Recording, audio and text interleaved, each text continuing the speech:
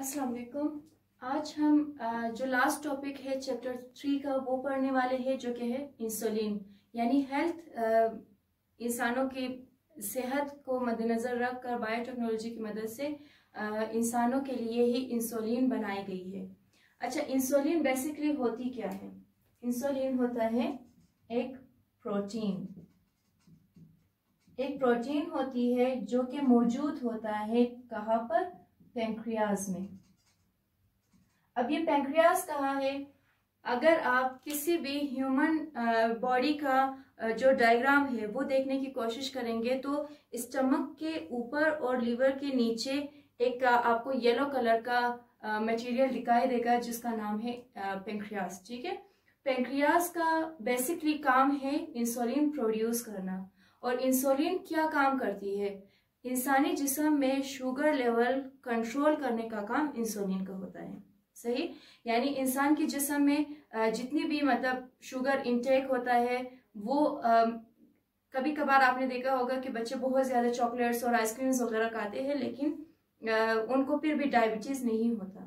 ठीक है, ये किसका काम होता है? ये इसी पैंक्रियाज का काम होता है कि वो इंसुलिन प्रोड्यूस करे। और इंसुलिन का काम होता है कि वो उसी शुगर लेवल को कंट्रोल करती है, ना ही हद से ज्यादा बढ़ने देती है और ना ही हद से ज्यादा घटने देती है, जिसकी वजह से फिर इंसानी जिस्म में यानी शुगर लेवल कंट्रोल होता है। अब अगर कोई भी पैंक्रियाज किसी भी इंसानी जिस्म का वो इंसुलिन प्रोड्यूस करना बंद कर दे या फिर अगर उसकी तादाद में कमी आ जाए, तब इंसान को एक बीमारी लाहक होती है जिसको कहा जाता है डायबिटीज, या फिर आम इसको जबान में शुगर पेशेंट भी कहते हैं। ठीक है, ये बीमारी फिर उस वक्त किसी भी मरीज को हो जाती है। अच्छा, ये इसमें क्या होता है कि इंसुलिन जब बनाई गई बायोटेक्नोलॉजी की मदद से, तो वो अभी हम पढ़ेंगे कि कैसे बनाई गई।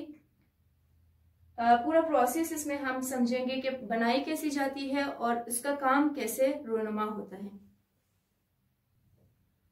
अब मिसाल के तौर पर अगर हम पहले भी हमने बात की थी कि एक जो डोनर होता है तो वो उससे हम जीन ले लेते हैं, फिर इसी तरह बैक्टीरिया के प्लाज्मिड को लेकर हम उसके साथ इंसर्ट कर लेते हैं, उसके बाद फिर बैक्टीरिया में उसे हम डाल देते हैं ताकि बैक्टीरिया ग्रोथ करके या प्रोडक्शन करके हमें वो जो भी जीन हमें चाहिए होती है वो हमें प्रोड्यूस कर दे। अब यहाँ पे हमें क्योंकि इंसुलिन चाहिए तो हम क्या करेंगे कि एक पैंक्रियाज लेंगे। ये क्या है हमारे पास?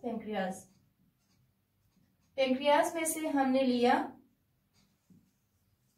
कोई भी, हम कह सकते हैं कि ये मिसाल के तौर पर हमारे पास वो सेल है जो कि इंसुलिन प्रोड्यूस करती है। ये क्या है?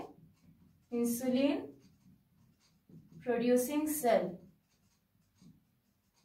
ठीक है, अब इसमें से हमने लिया है इंसुलिन हम कोई भी उसको शेप दे सकते हैं, या फिर कोई भी हम मिसाल के तौर पर अपने लिए आसानी के लिए कुछ भी हम डायग्राम ड्रा कर सकते हैं। मिसाल के तौर पर हमने यहां से लिया है ये।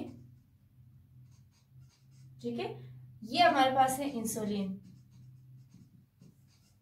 अब इस सेल में से हमने इंसुलिन अलग कर लिया, किस चीज की मदद से? एंजाइम की मदद से।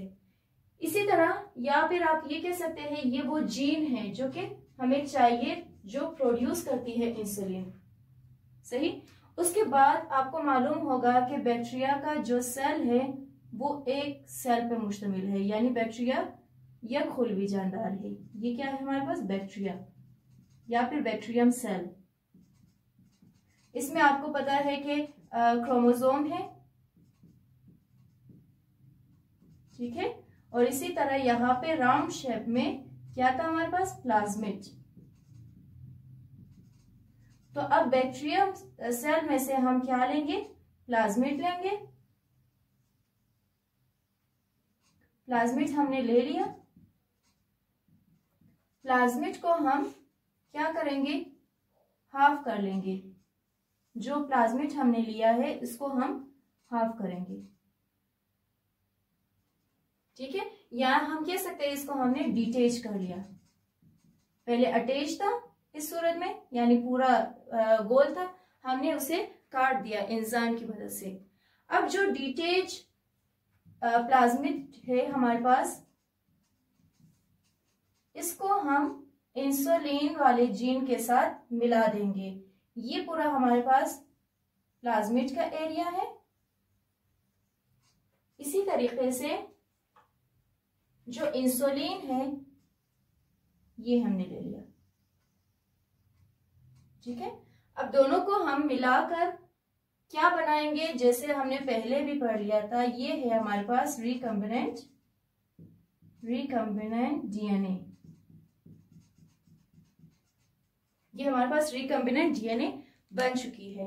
अब इसी तरीके से हम इसी रिकम्बिनेंट डीएनए को कहाँ पे इंसर्ट करेंगे, किसी भी बैक्टीरिया के सेल में। जिस बैक्टीरिया से हमने प्लाज्मिड लिया था उसी के सेल में हम यही दोबारा इंसर्ट भी कर लेंगे। ये था उसका क्रोमोसोम, ठीक है, क्रोमोसोम। अब यही जो रिकम्बिनेंट डीएनए है ये यहां पर हम इंसर्ट कर लेंगे बैक्टीरियम सेल में। ये इंसर्ट हो चुका है। अब क्या होगा, 20 मिनट के बाद जो बैक्टीरियम सेल है ये मल्टीप्लाई करेगी इसी प्लाज्मिड को, ठीक है।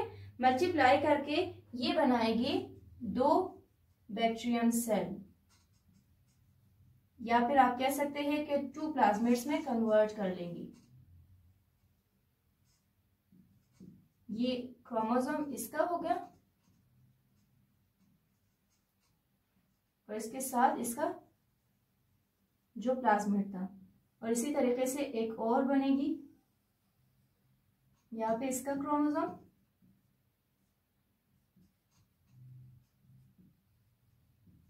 और इसका जो प्लाज्मिड था। अब प्लाज्मिड के साथ क्योंकि जीन भी है इंसुलिन प्रोड्यूस करने वाला, ये भी आ गया। अब मजीद 20 मिनट के बाद, अभी तो 2 बने हैं, 2 से 4 बनेगी, 4 से फिर 8, हर 20 मिनट के बाद बढ़ती जाएगी।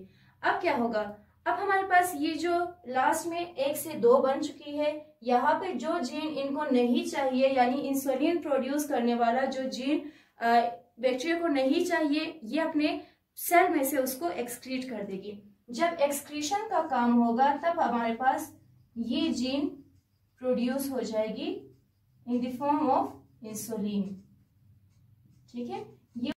अब ये आपके पास इंसुलिन हो गई है, यानी जीन जो हमें मिलेगी इंसुलिन वो पेशेंट के जिस्म में इंसर्ट किया जाएगा और उसके बाद उसके जिस्म में शुगर लेवल कंट्रोल हो जाएगी। उसके बाद है हमारे पास वैक्सीन भी बनाई गई है इंसानों के लिए। ये क्या होता है, कहा जाता है कि वैक्सीन जो है एक ऐसा मटेरियल है जिसमें डिजीज कॉजिंग जर्म्स मौजूद होते हैं और ये जिस्म को इम्यूनिटी या फिर क़ुव्वत मुदाफ़ियत देने के लिए काम आती है। यानी इसमें वो तमाम बीमारियां जो इंसानी जिस्म में पैदा होती है उनसे लड़ने के लिए वैक्सीन इंजेक्ट किया जाता है किसी भी बीमार के जिस्म में, ताकि उसे क़ुव्वत मुदाफ़ियत मिले और उस बीमारी से वो यानी कुछ हद तक लड़ सके। अब यहाँ पे एक लफ्ज इस्तेमाल हुआ है एंटीबॉडीज। एंटीबॉडीज आपके पास